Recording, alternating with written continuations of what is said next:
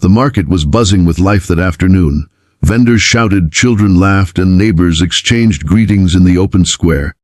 Amidst all this, a sudden crack of a slap cut through the noise like lightning in a clear sky. Heads turned, gasp filled the air. Everyone froze. A young girl, barely 17, stood trembling with her hand on her cheek. Her name was Ayesha. Her books had scattered across the dusty ground, her scarf twisted around her shoulders. In front of her stood 3 boys from her college, loud, arrogant, and cruel. They had been tormenting her for weeks with mocking words, but today they went further. One of them had slapped her, right there in the middle of the market. For a moment the whole place went silent. But what no one realized at that time was this: what they had just done was the biggest mistake of their lives. Ayesha wasn't born into wealth or privilege. Her father had passed away when she was only 10, and her mother, a seamstress, worked tirelessly to keep food on the table. Life had taught Ayesha resilience, but it also made her an easy target for those who looked for weakness.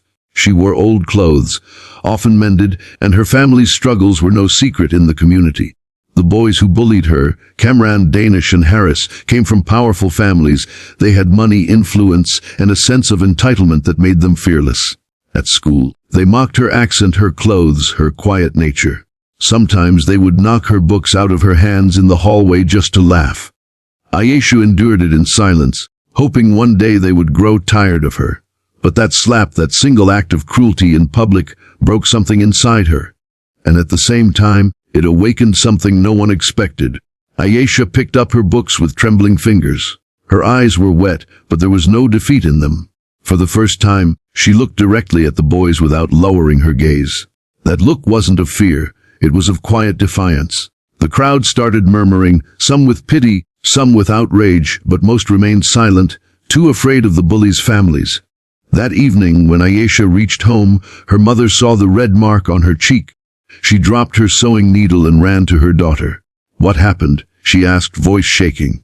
Ayesha broke down, telling her everything. Her mother listened with tears in her eyes, then held her hand tightly. "My daughter," she said softly, "we may be poor, but we are not powerless. Remember, silence only gives strength to oppressors. If you stay quiet today, they will ruin your tomorrow. It's time to rise." Those words planted a seed in Ayesha's heart. She knew she couldn't fight them with fists or money, but she had something more powerful: truth, determination, and courage.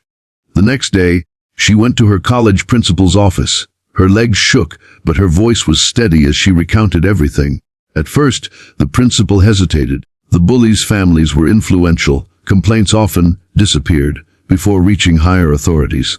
But Ayesha didn't back down. She gathered witnesses.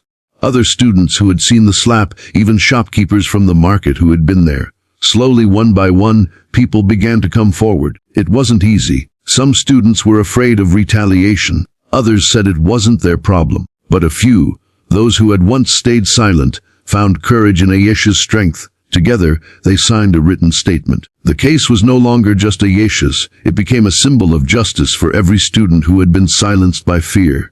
Cameron, Danish, and Harris laughed when they first heard Ayesha had complained. They were certain nothing would happen. "Who will believe her?" they mocked. But this time, they underestimated her resolve. The school management launched an official inquiry. The news spread beyond the campus, reaching parents, teachers, and even local authorities. Pressure mounted. The slap that was meant to humiliate Ayesha ended up exposing the bullies for who they truly were. Their arrogance crumbled when they were summoned before the disciplinary board. Parents sat in the audience, teachers looked on sternly, and Ayesha, once a quiet, timid girl, stood with her head held high as she gave her statement. Her voice didn't shake, her words carried the pain of years of bullying, the humiliation of public shame, and the strength of someone who refused to be crushed. By the time she finished, the hall was silent. Even those who once mocked her felt a sting of guilt. The consequences were severe. The bullies were suspended, and their parents, who once thought their sons untouchable, faced embarrassment in the community.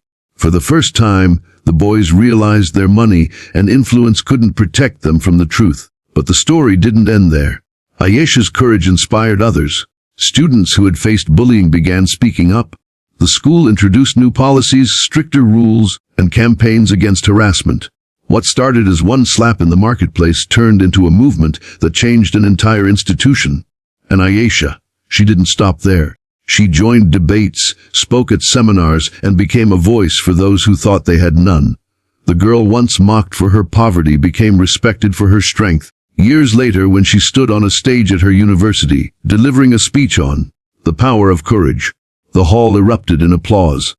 Among the audience were students who remembered that day in the market. Some whispered to each other, "Do you remember when they slapped her? Who knew she would become this strong?" Yes, they slapped her once in public. But that single act of cruelty became the fire that forged her strength. It was indeed the biggest mistake they ever made. Friends, what would you have done if you were in Ayesha's place? Have you ever witnessed or experienced bullying? Share your thoughts in the comments. I'd love to hear your stories. If this story touched your heart, don't forget to like, share, and subscribe to Be Kind Always. Let's spread courage, kindness, and hope, because one act of bravery can inspire countless others.